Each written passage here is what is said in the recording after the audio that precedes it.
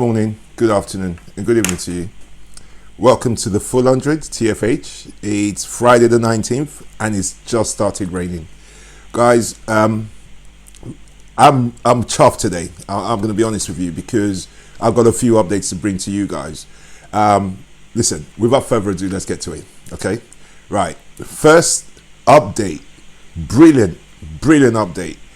Those of you who have seen my call to action Union of Black Nations series of videos, remember that I was calling on black nations to come together. All African nations, all black nations in the West Indies as well, all the islands, the Spanish-speaking black nations, come together and start speaking as one. Form a Security Council type of body with 8 members that rotates every 5 years, so each country gets to sit on the Security Council, unlike the United Nations that has permanent five members, and that never changes. So guys, those of you who never saw the video, listen to a clip from that video, okay? And I'm going to put up on the screen where you can find that video, and then I'm going to give you an update of what's actually happened. Take a look. To you, my African and black nation leaders, why haven't any one of you raised issues with Her Majesty's government, with the US government, the French government, and more recently, even the Chinese government? When will you all, as a collective, have had enough? Do you not see the value other nations place on the safety and well-being of its citizens? I recently called for the young, up-and-coming politicians of Africa to rise up and take over from your generation of rulers. I meant it. However, here is an opportunity to create a legacy. My plea is to begin conversations amongst yourselves with a view to exploring the possibilities, boundaries, logistics, and timing. The Union of Black Nations is a must. It is our only guaranteed way of securing all of our futures quickly. I do not want to believe that we could come, we could see, and we couldn't do a thing. Right, that was my video. I think that was a call to action 2 or 3. So that was in the middle somewhere. I have a call to action 1, 2, 3, 4, 5, all the way to 6. Right, so what's happened yesterday, as of yesterday, Burkina Faso, for those of you who don't know where that country is, it's in Africa. Burkina Faso's diplomat has tabled a question at the United Nations, an urgent question of the United Nations that all 54 African nations have signed. Is that the beginning of the Union of Black Nations? I say yes. They can only come together more and more and more. So guys, take a look at this video of the situation with the 54 African nations tabling a question at the United Nations for these Western countries to answer to what the hell is going on and to try sort out the racism problem. Take a look. This is interesting. 54 African nations are calling on the United Nations to urgently debate racism and police brutality amidst the unrest in the United States. Burkina Faso's ambassador to the UN is asking the UN Human Rights Council to look into human rights violations worldwide against people of African descent. We actually have South African author Benjamin Pogrund joining us. So, Africa is obviously a huge continent with lots of countries, but talk to us about what Africans across the region have to say about the anti-racism protests that we're seeing worldwide. Are there different responses based on country? Well, there's basically a general African response which Burkina Faso has articulated.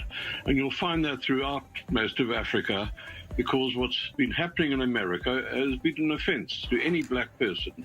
Right. And as we know, this burst of anger and rage in America is the result of pent-up anger from many years, and is quite justified. And what is interesting to see is whether this is going to peter out, or as it's sweeping through the world now, whether in fact it's going to transform racism, end racism in the world. And that's not just America, but it's Britain, it's Israel, it's Russia, it's China, it's worldwide.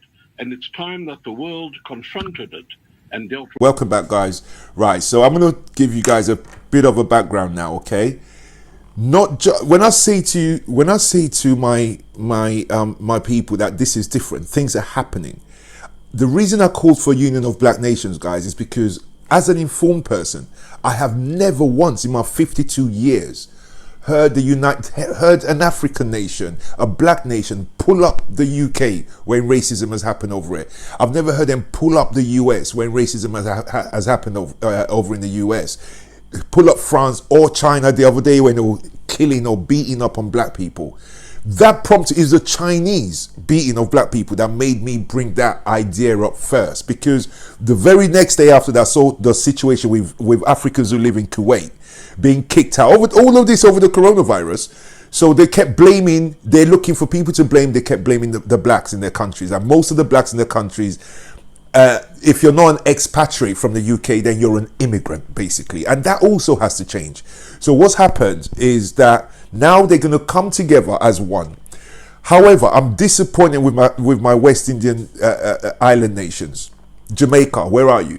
Barbados, where are you? St. Vincent, where are you? This is not just an African nations thing. Your nations are black too. Put your voices in there. The more of us there is, the stronger we are. But that's not the only update, guys. Let me tell you guys something. Lloyd's of London, one of the oldest banks of the United Kingdom, the main bank that funded slavery. So you went to Lloyd's of London back then because you're thinking, okay, I want to get into slavery business, start importing slaves, selling them, making money. You go to Lloyd's of London. Lloyd's of London will fund your stuff because they know when you come back, you're going to be wealthy. Because they're selling human beings, not cattle. Okay? Lloyd's of London has finally apologized. They are also talking about reparation. I don't have anything solid other than a headline, so I'm not going to deal with all of that on this. I'm not going to deal with too much of the Lloyd situation because I want to be proper accurate. This is an accurate platform. The UN situation is accurate. I've seen the document. The Lloyd situation was just a headline. I'm going to drill into it some more. Watch this space. I'm going to bring that to you guys. So, okay, guys? So, for those of you who are paying attention, who see that this fight's different, big changes right now. Big changes, my people.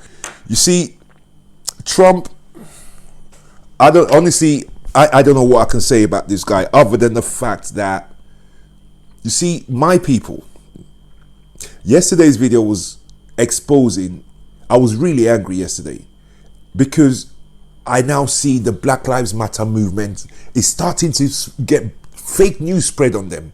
And who's spreading the fake news to my friends and people? People who look like me. What these idiots don't understand, people, yeah, is this. You see Trump, yeah? All of the madness that Trump does, yeah?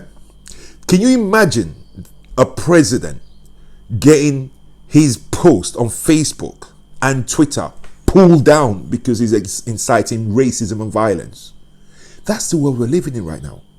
And you know what hurts me the most? Of all the stuff that this guy has done, grabbing women's fronts and talking about it loud.